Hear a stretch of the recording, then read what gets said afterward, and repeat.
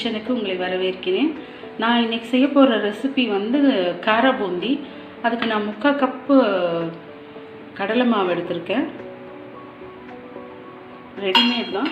அதுக்கப்புறம் 3/4 table spoon அரிசி மாவு எடுத்திருக்கேன்.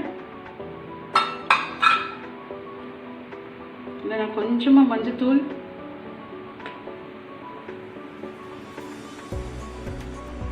மிளகாய்த்தூள்,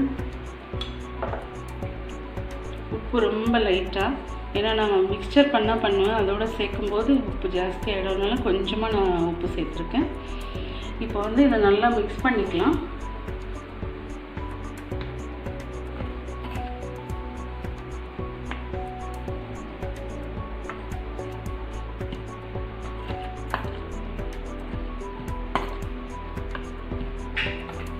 இப்போ இது கூட வந்து நம்ம கொஞ்சம் கொஞ்சமாக தண்ணி சேர்த்து கரைச்சிக்கணும்.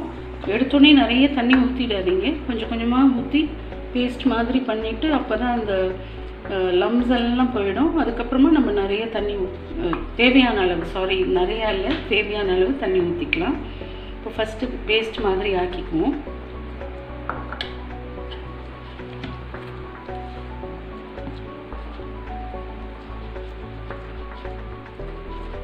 ஏன்னா லம்ஸ் இருக்கக்கூடாது.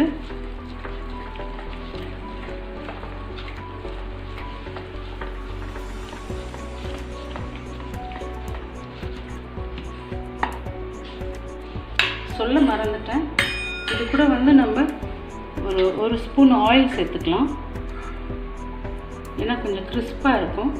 ஒரு ஸ்பூன் இன்னும் கொஞ்சம் கூட சேர்த்துக்கலாம் எக்ஸ்ட்ரா. ஓகே, இப்போ நல்லா மிக்ஸ் பண்ணிக்கோங்க. லம்ஸ் எல்லாம் போகிற மாதிரி மிக்ஸ் பண்ணிக்கோங்க.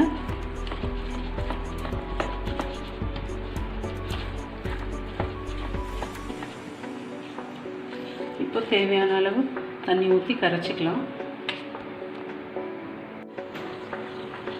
பாருங்கள், இது நல்லா மிக்ஸ் பண்ணிட்டேன்.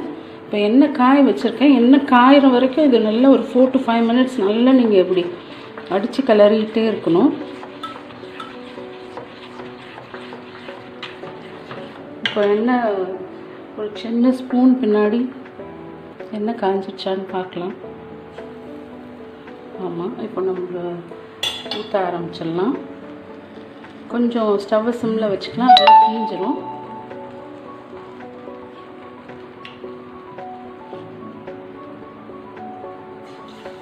இதை சுற்றி ஊற்றலாம், பார்த்து ஊற்றிக்கங்க,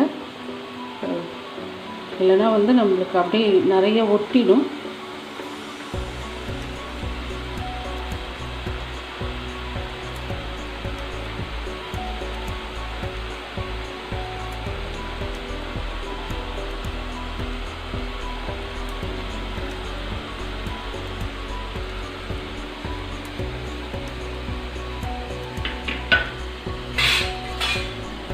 சரி பண்ணி விட்டுக்கலாம்.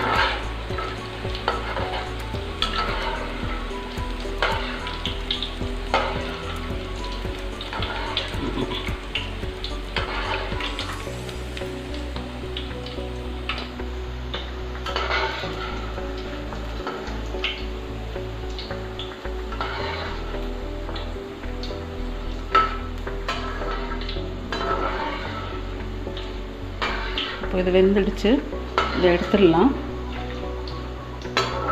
நம்ம மாவு இது பண்ணும்போது மட்டும் பார்த்திங்கனாக்கா கன்சிஸ்டன்சி பார்த்துக்கங்க, இல்லைன்னா அப்படியே ஒன்று தட்டையாக ஆகிடும், இல்லைன்னா அப்படியே வாலாக வர மாதிரி இருக்கும். ஸோ கன்சிஸ்டன்சி பார்த்துட்டு ஒரு ஸ்பூனில் நீங்கள் ஊற்றி பாருங்கள். ரவுண்டாக வந்ததுன்னா அது கரெக்டு பதம், இல்லைன்னா கொஞ்சமாக தண்ணி சேர்த்துட்டு திருப்பி ஊற்ற ஆரம்பிங்க. இப்போ எடுத்துடலாம் எல்லாத்தையும்.